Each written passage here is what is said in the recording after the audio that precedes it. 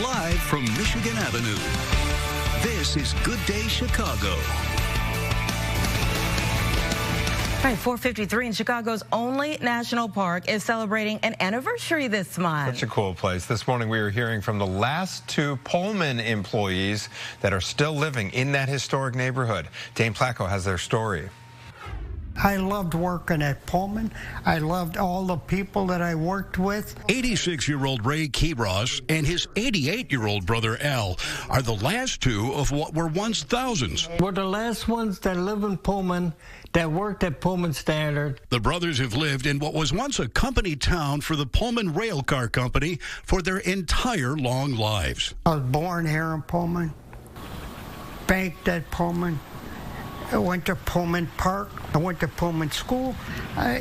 It was just a wonderful place. And they both worked at Pullman from 1959 until the factory closed in 1981. They taught me a lot of things, especially old-timers that worked there. 10 years ago this month, Al was invited to take part in a ceremony as former President Obama signed the declaration turning the Pullman property over to the National Park Service.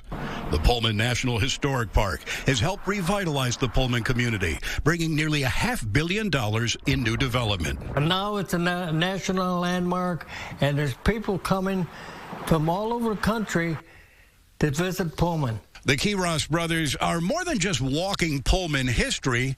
They also saved Pullman history.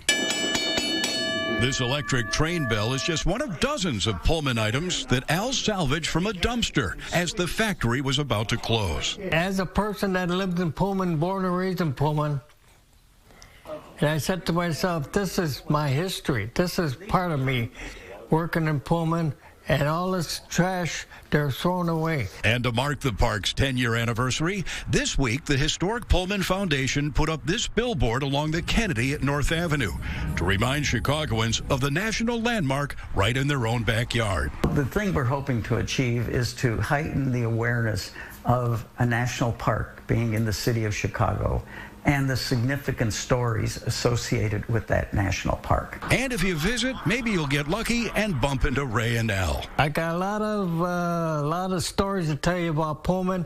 You give me a glass of wine, I'll tell the whole thing. In Pullman, Dane Placco, Fox 32 Chicago.